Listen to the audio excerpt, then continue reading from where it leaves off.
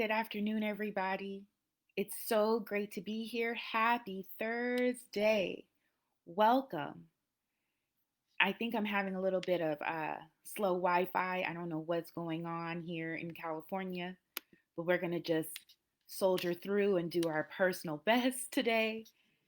Hi, everybody. Welcome to our virtual family workshop.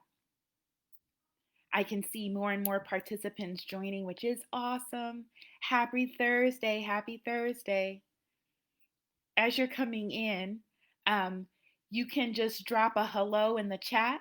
That would be so great. It's always so great to communicate. I wish I could see your faces, but when you say hello or happy Thursday, it lets me know that you're there with us today.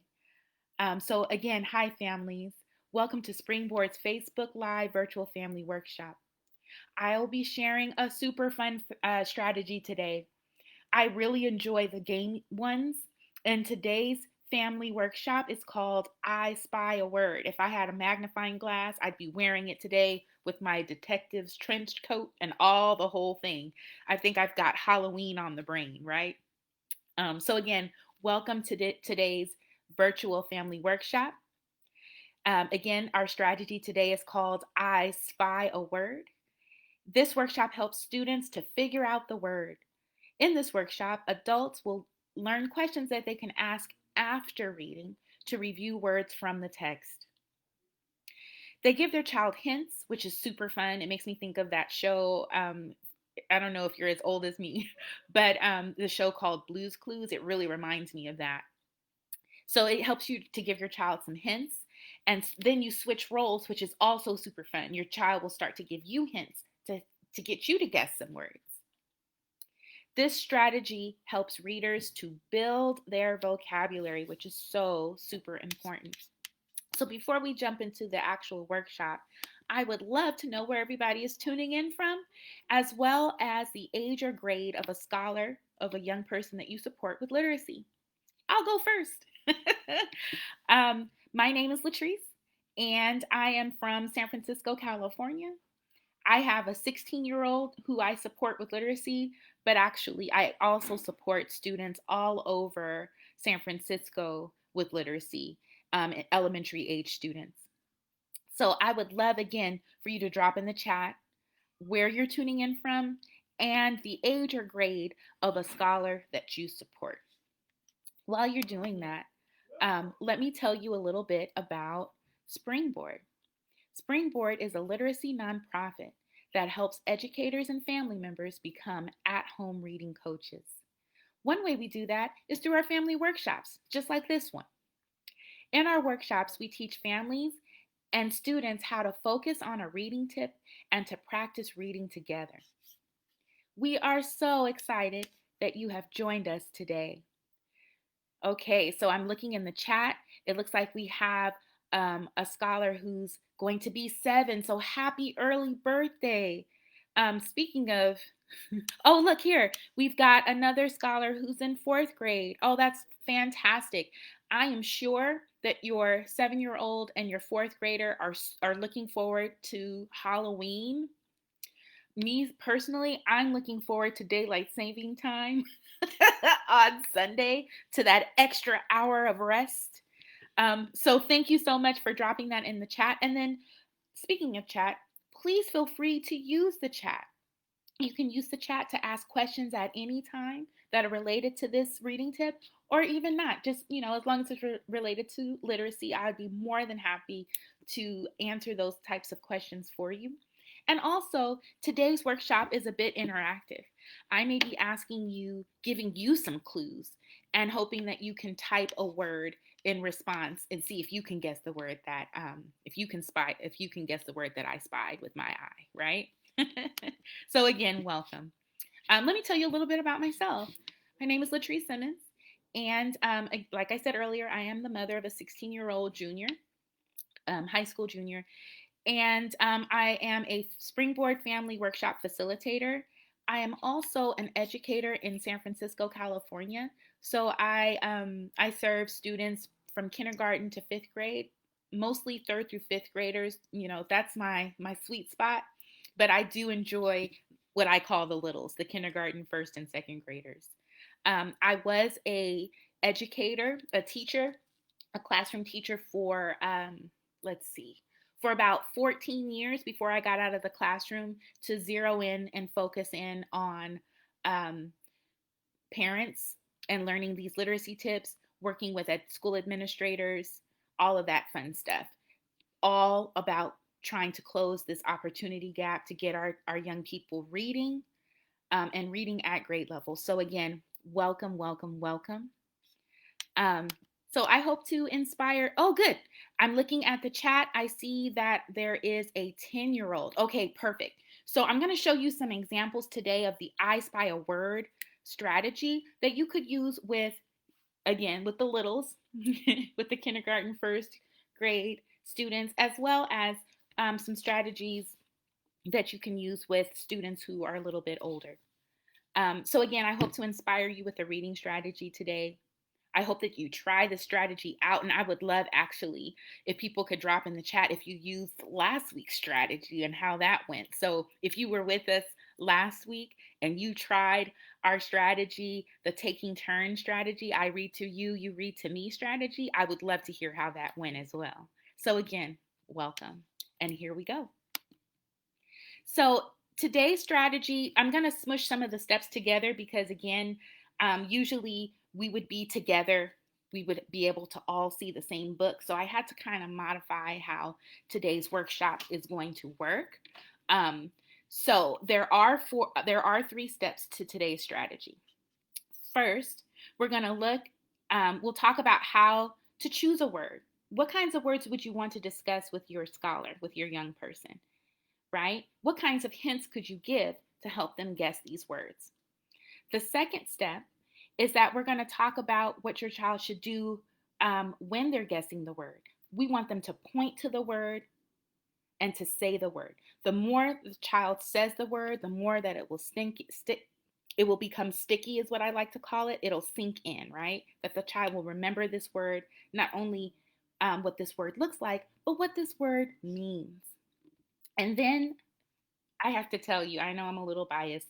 The most fun part is when your young person gives you clues. And it also is a good signal for you as an adult, like, is my child really internalizing this strategy? Are they able to give me clues that can help me guess words as well? So let's jump into it. Let's get started. So the first thing, again, in this strategy is that you're going to pick a word and give hints. So there's lots of ways to do this, but I'm going to tell you my preferred way is that your scholar would be reading the book. And then as your scholar is reading the book, you can be writing down on note paper, any kind. I mean, I have like a piece of mail sometimes. I mean, anything that I can grab. Sometimes I can't grab a legit notebook like this one. So I'll just grab, here's some mail, probably my rent check, I don't know. And then I would write down the words on a separate piece of paper. The reason I'm saying that is that you may not want to write directly into the actual book, right? Because the child is going to read this book and revisit this book more than the just one time. It may be a library book. You may want to have other family members enjoy the book. So typically I like to write down the word on another piece of paper. Okay, so as your child reads the book for the first time, you're going to enjoy the book together and you'll just write these words down. If it's like a kindergarten or a first grader and their texts are pretty basic, you may be able to just remember what those words are and not write them down. How can you determine which words you want to give clues about? So, I mean, I could go on and on about this, but I would choose words based on meaning. So what does this word mean? I could base it on, just to like deepen up their vocabulary, right? I could choose a word based on the structure of the word. So if it's a phonics pattern that we've learned before, like your teacher has sent, the weak spelling words home. So I know we're learning as an example about long A or something like that, that I'm going to have that lens on and have my ears ready to hear my child read those long vowel sound words. So that's another one. And then for your older readers, this is the big plug. This is me, making sure that everyone in our workshop can try this strategy. One of the skills that older readers need to have is antonyms, which is a fancy word for opposites, and synonyms, which is a word that means the same or almost the same. And for our older scholar, teaching them what transitioning from the word opposite to antonym, which is a more educational type word, than saying opposites, getting them to say antonyms. And it's so much fun for them to understand what the word does not mean, as well as other words that mean the same or almost the same as the word. Okay. You want to choose words that your child may have struggled with, words that are so important to the meaning of the book. So in a moment, our first example will be about this book. This is my son's first. So this was in my keepsake box. This was the first book that my son read. And he was able to read this book cover to cover, and it's called Picky Nicky. So before we even read the book, I had to talk to him about what it means to be picky. And I'm telling you, my son is the poster child for picky, right? Specifically being a picky eater, right? So if my kid or your child doesn't know what the word picky is, it's going to make it really, really hard to understand what the text is about. So again, words that they're going to see across texts. So I'm just thinking, I don't know why, about the word replied. Children are going to see the word replied in many storybooks and probably some nonfiction books as well. So that's a good one. That replied is a synonym or means almost the same as says, as an example. For our older scholars, it would be suffixes and prefixes, all that fun stuff, like how a word starts. So preheat, to preheat the oven, right? When you make that frozen pizza, you have to preheat the oven. So talking about the prefix pre and how it changes the meaning of the word, as well as suffixes. Those are those word endings. I'm thinking of ed words, which means it happened in the past, not the present or the future, right? So those are just a lot of different ways that you can choose a word and choose what your clues might be. So let's give it a shot. So again, for your early readers, here's my son's first book that he read cover to cover, called Picky Nicky. And I don't know if there are any people in the house, in our virtual house, who have experienced a child who is picky. Well, if you can relate to that, this book is perfect for you. So what you're going to do, so hypothetically, so for pretend your child has read this whole book, right? And so now we're going to look at this page together, and we are going to do some I spy a word clues. So let's look here. The next night, Picky Nicky says, I will eat anything if I can hide it in spaghetti. Dad says, even peas, carrots, grapes, and pears, even ice cream. So this is the page we're going to be looking for some clues. And so I would say things like, if I know, especially for our kinder readers, sight words are huge. So I am looking for, or I spy a word that rhymes with beet. And your scholar would say, and if you know it and if you can see it, you can type it in the text.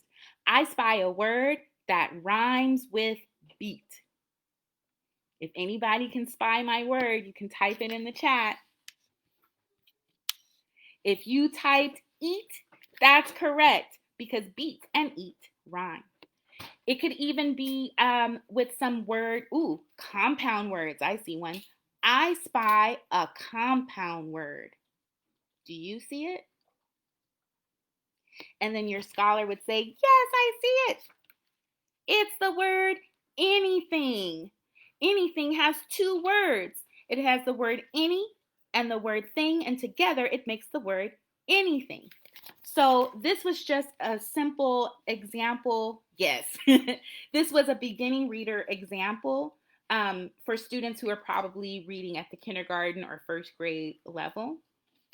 So you say, hey, we've got some 10-year-olds in the house. We've got some older scholars. So last week I read the story Minosaur. This is another book I think a lot of our families can relate to. You know how you have multiple children, and certainly for me, I only have one child, but um, in the school, I had to teach my class that everything in our classroom is for all of us, not just for you, right? So in the story Minosaur, after we read it the first time, I can begin to give my scholars some clues.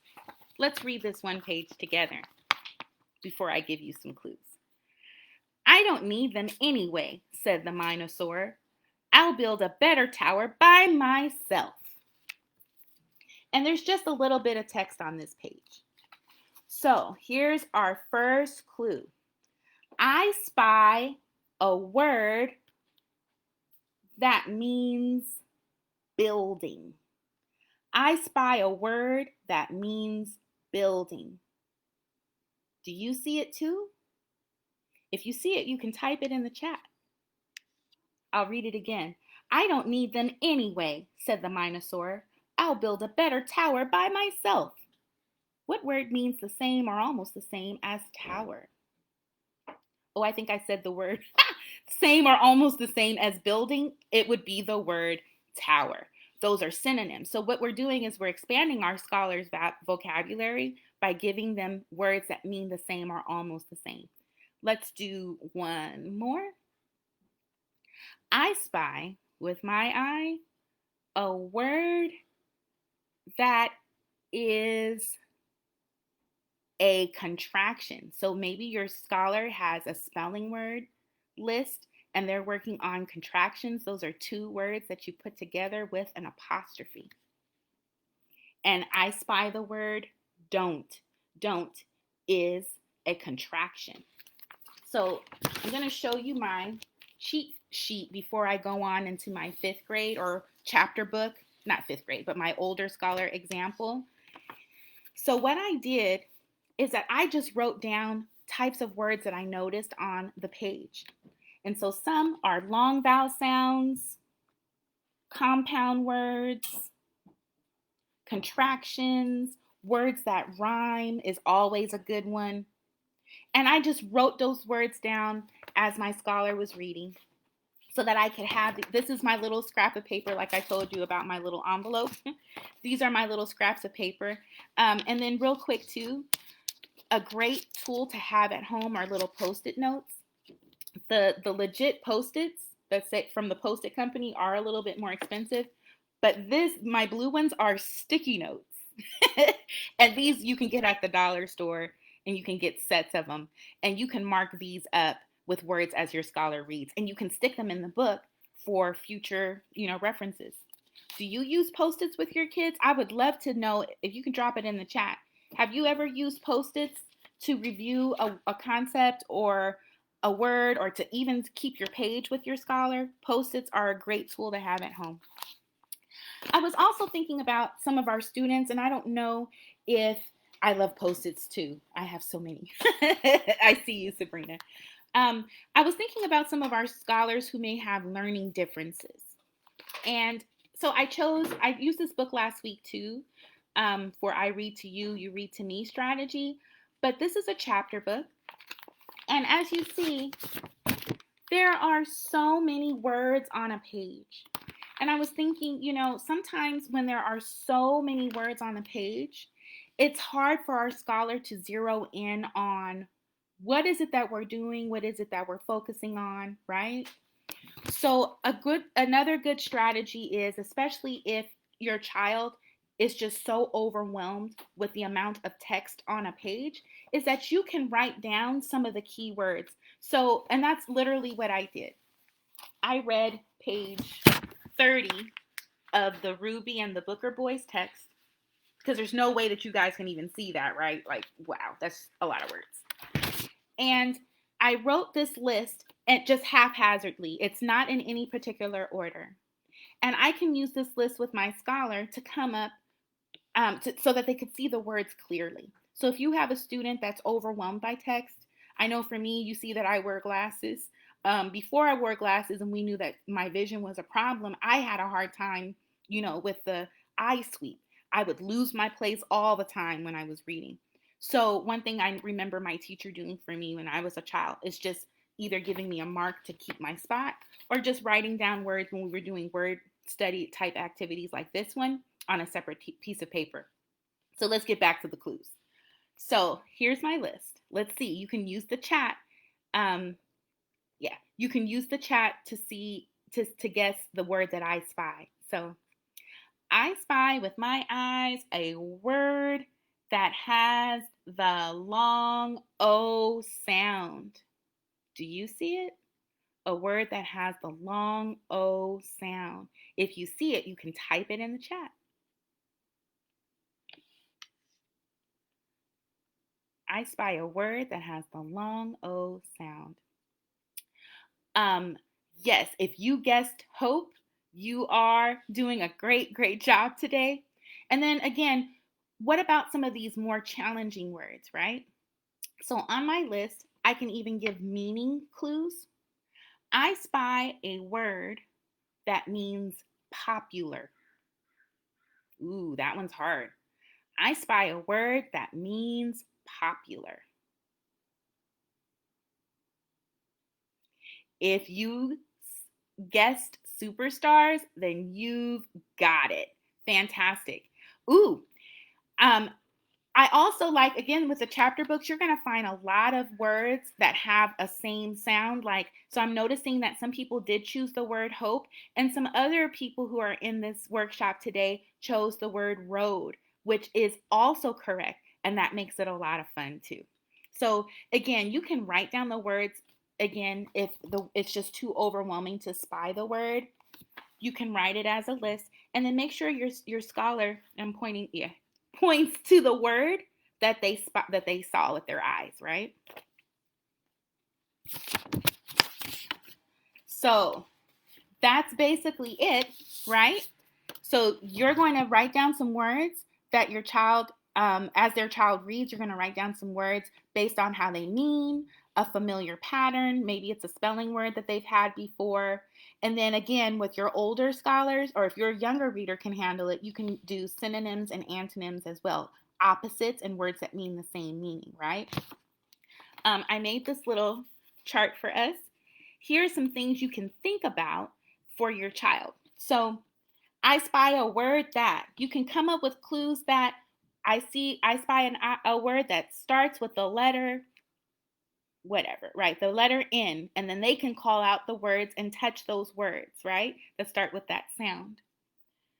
I spy a word that has the blank sound. And then, like I said, for our older readers, I spy a word that is the opposite of the word or an antonym for the word. And then you can do that. When you've done this so many times with your child, you can switch on, and that's the next step. You can switch the roles. So now your child is the one that's giving you the clues, and that is so much fun. With my son, I used to say, Mommy sees a word, or Mommy's clues. With my students, I said Miss Simmons clues. And then your child, if you just jazz it up, they may come up with their name and say, we're going to play, Toby's clues. And Toby will have all the clues for Mom, right? So you're going to switch roles, and then your child will be able to pick a page that you've read together and then give you some clues. Let's try one more time using the chat. Oh, this is the wrong one. I want the one with the list on it. Oh, I have so many. Oh, here. Thank you. Thank you for bearing with me.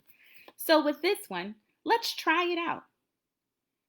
In the chat, choose a word that you can see on my list, and I know the bottom part of my list is cut off, but choose a word from my list and come up with an I spy clue. And I'll read some of them out, and we'll see if some of the participants can guess your word. So go ahead and take a look at this list. You can come up with a clue based on meaning. You can come up with a clue for synonyms and antonyms, opposites, and words that mean the same. You can come up with a clue that's a word that starts with a particular phonics pattern, like there are some words on this list that are ED words. A word that is a contraction, that means it has an apostrophe. And again, for some of our beginning readers, long vowel sounds are always tricky and they always need reviewing. So if you want to write a clue from this list for a word that has a long vowel sound, there are several words here. I would love to see some of your clues. And maybe we can guess them.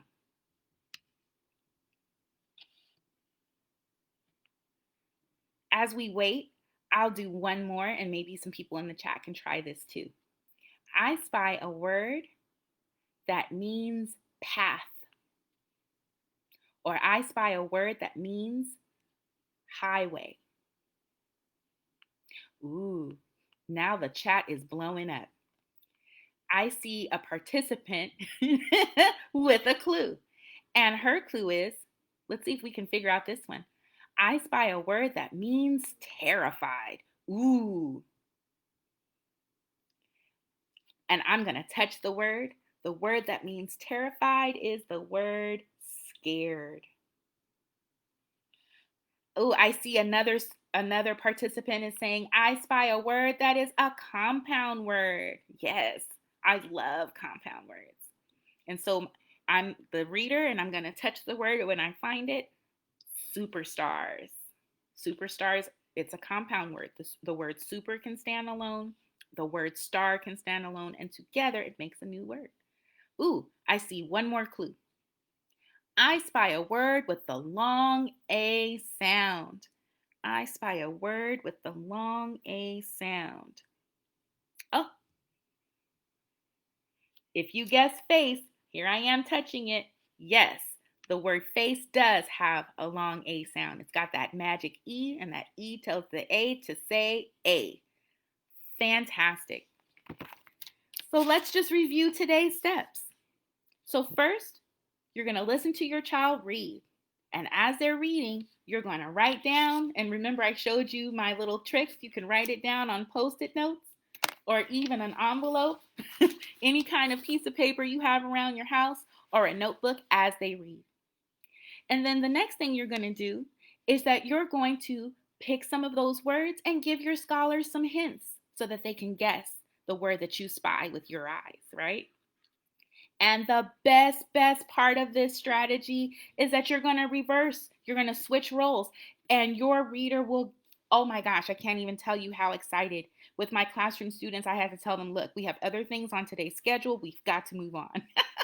So with that final step, your child will get to be able to give you clues and then you have to find the word. I hope you enjoyed today's strategy. It's called I Spy a Word. I think it's worthwhile, again, to talk about some of our students who may have some learning differences. If they're overwhelmed with the amount of text on a page, just like this chapter book, you can go ahead and write down the words so that they can see them more clearly and be able to participate and really enjoy this activity, right?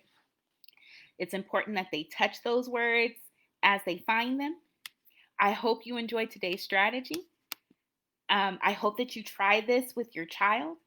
It looks like in the chat people are saying that this was fun. I hope it was. I had a great time today with you. So let me just leave you with a couple of important things. Again, this reading tip is important because it builds up our students' vocabulary. You can practice phonics skills that you know your child is already learning in their school. And like I said, it's super fun to play these kinds of literacy games with your child. If you have any questions about Springboard, you can drop those in the chat.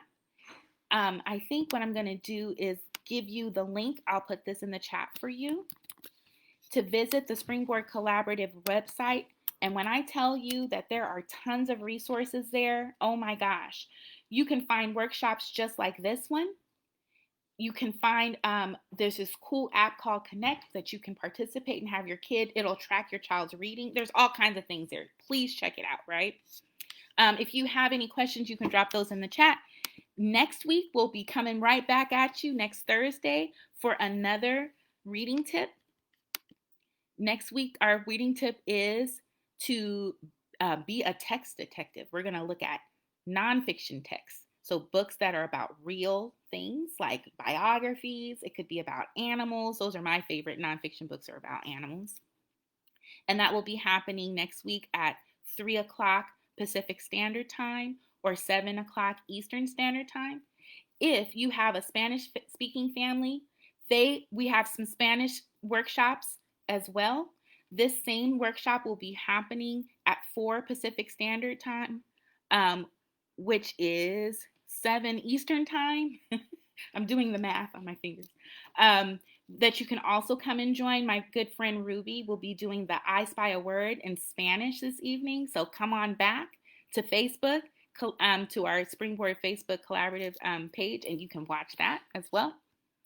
And again, I hope you enjoyed today's workshop. I had so much fun with you. Try the I Spy a Word strategy with your student, with your scholar, with a child that you support with literacy, and I would love to hear how it goes next week. So I hope you continue to stay safe, have a great evening, and take care. Thank you so much for joining. Bye.